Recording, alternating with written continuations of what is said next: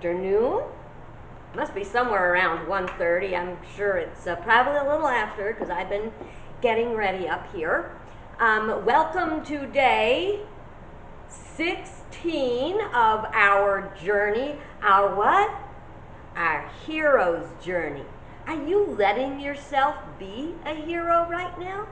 I hope so, because every day that we move forward and every day that we can uplift and inspire anyone else is a day that we are being a hero. So I invite you to come along with me on this day 16 of our adventure. And I want to start out with some really good news.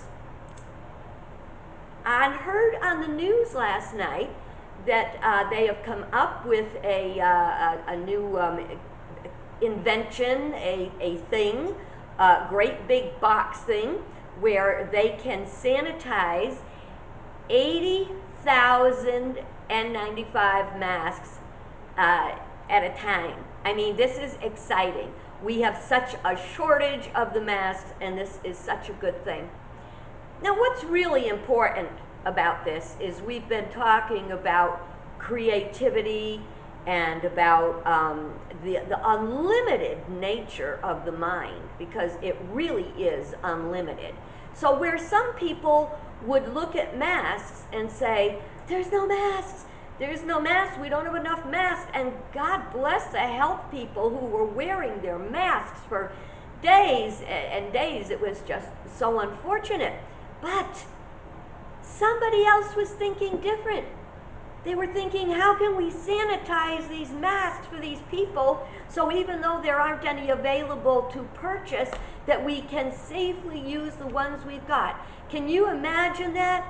I think they said it takes like 15 minutes to sanitize 80,000 masks. Now, I'm sure there's all the time to load them, unload them, package them safely, and get them to the people. But this is why it is really important to always look to the possibility, not to the circumstance. And that's kind of what we're going to be looking at today. We're going to be looking at abundance in the apparent presence of lack. And I really hope that what I'm going to share with you today will be a real blessing. I want to kind of explain about how we're working with consciousness, upper conscious, lower consciousness. I am not the artist in the family. That would be my sister. But here I'm showing you this, that there's an angel, and I try not to be using words. Oh, that's another thing. Update on the camera situation. I thought I had learned how to flip. I knew somebody else had flipped their phone camera so everything would come out frontward. And I said, man, I'm going to do that tonight, and tomorrow when I do my video, everything's going to be frontward. And unfortunately, I found out that Facebook has taken away the ability for the LG phones to do that. Do you believe it? I don't know why. Other phones can do it, but why the LG didn't fit in. So you're going to be getting backward until later in the day when I post the frontward video. But I'm glad you're here with me now today, because that's really important to me. Because you being there for me is like a lifeline of me reaching out and knowing I'm talking to somebody instead of talking just to my cat. And I hope that I can be for you a lifeline, that I can reach out to you with some really good thoughts about how to manage in these really challenging circumstances. So know that we're in this together. You're blessing me, and my prayer is that I'm blessing you. Okay, back to the metaphysics of the mind and my questionable artistic abilities. What I was trying to do here was demonstrate that we have higher and we have lower consciousness. This is human consciousness. Oh my goodness, what happened to you?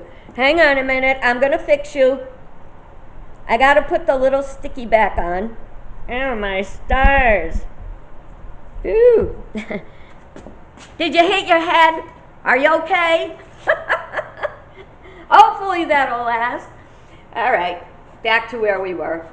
And that's another thing about human consciousness, is not getting freaked out when something isn't working. Another wonderful thing about lifting up our consciousness is that it's okay to make mistakes. It's okay. It's okay. You know, I have learned a very important lesson in life, and that is you do not die from embarrassment. If you could have died by embarrassment, I would have been gone more lifetimes than a cat for sure. Anyway, let's get back to my art. This is higher consciousness. You have it in you. It's that divinity within you. It is not your brain, it is your mind. This is your brain. This is your brain on whiteboard by me. I even put in the little brain stem there. And this is lower consciousness. This is the human thought. This is the part that says, I can't. This is the part that said, I can. This is the part that was pointing fingers and blaming and griping and fearing about not having enough masks. This is the part where the divine ideas that came from that made it possible for that company to find a sanitizer, to create, to develop. God creates, we develop. A sanitizer for masks so everybody's got them. Isn't that amazing? So whatever you're feeling a sense of lack and limitation about right now, I really invite you to let it go, because when you let that go, you open your mind to other possibilities. The stock market is still struggling very much, but I want to go back to what we talked about with the stock market before, and that is about they work on speculation. Now, speculation, another word for that is guessing.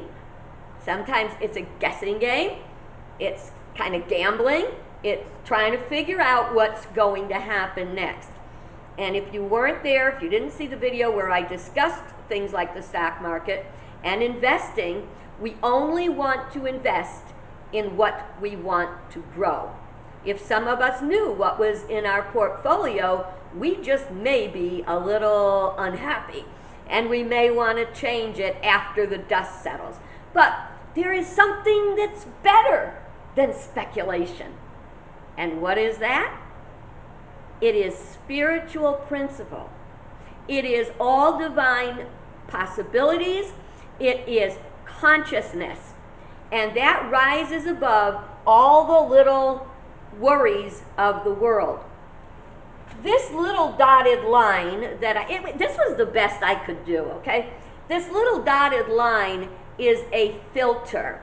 So we get stuff from human consciousness, and we get stuff from spiritual consciousness, and we filter it through what I call a filter of truth, okay? Truth is that which is absolute, eternal, and unchanging. There is a difference between facts and truth. The facts can be that maybe my checkbook is going down, or I've been laid off, or whatever. That is a fact. The truth is, and you know what I forgot to tell you? You probably want to have a paper and pencil, because I think I'm going to say stuff, I'm going to give you some affirmations and stuff to write down today. This is one of them. God is our constant, abundant, opulent, unlimited source of good. Now, we try to name what that good looks like, but if we name it a paycheck, if we name it our job, if we name it even our bank account, we are not acknowledging that God is greater. That divine principle, whatever you want to call it. If you don't like me using the name God, find another way to put it. Spirit, the divine mind, whatever is greater than what I see. We can't with our eyes see that virus, I just don't know how not to say it, okay? We can't see that with our eye, yet it is powerful. But we're going to look beyond that. Beyond that, we're going to look to things like love. You can't see love. You can feel. Actually, sometimes I don't even know if what we feel is an emotion rather than the actual principle of love. Love is greater. Love is abounding, and it's something you cannot see, but it is the truest thing in the world. It's in the Bible. Jesus said it. Love one another. Love God. Love yourself. Love one another. How many of us forget to love ourselves, okay? To have faith in ourselves even. Yeah, our ultimate faith is in God. But what about your faith that no matter what comes out of this, you're going to make it just fine? What about that? What about the possibility that you will come out of this more skilled, rested, energized? Whether you come out of this rested or stressed is up to you. It is how you use your mind. It is how you use your thoughts. So I invite you to keep those thoughts positive. Now therein is a problem. we tend to, let's think about the gravitational pull, okay? Gravity can easily hold us down. That's what gravity does. To try to escape gravity is hard. You know, yeah, planes do it, but the minute they run out of fuel, down they come. Did you ever go, when I was a kid, they had a lot of trampoline places. And you'd go to the trampoline place and you'd jump and flip and have a great time. And then after you were done trampolining, you'd get off. And did you ever try to jump after you got off the trampoline? I mean, you just can't get off the ground. That's because of the density. What we want to do is we want to spring, like when we bounce on the trampoline, we want to stay up. The truth is, it's not easy. It takes work. Scott Peck said that the two causes of sin, which we call error, which we call mistakes, that things that are contrary to the way we want to be living, that the cause of that is laziness and narcissism. I would love to see if I had if I could see you all, and you say, well, do you have a gym membership? A lot of people say, yeah. Do you go? Oh, no. It's there, you're paying for it every month. Do you go? That's another thing about the use of your resources. I'm not going to say, I'm going to try to avoid saying money. I'm going to work more on trying to use the words resources.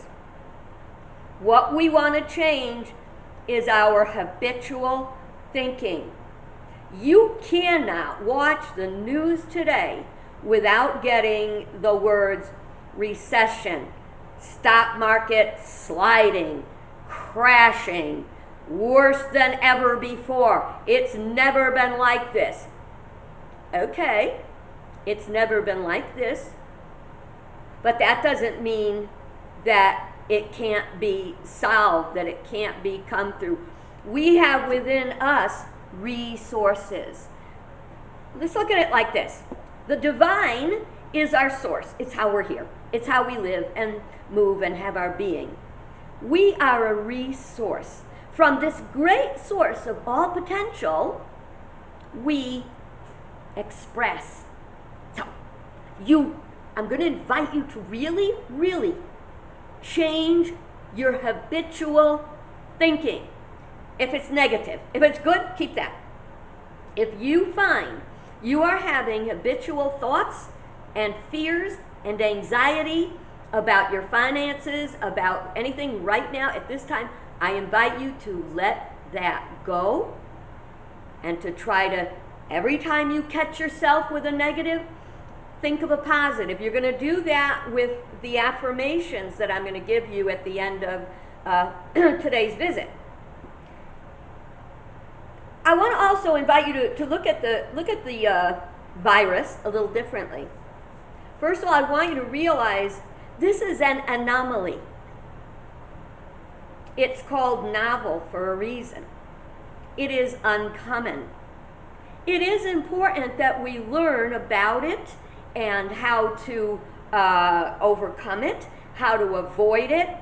But, you know, one of the things that we're not even ready for yet, I know there's metaphysicians out there working on this.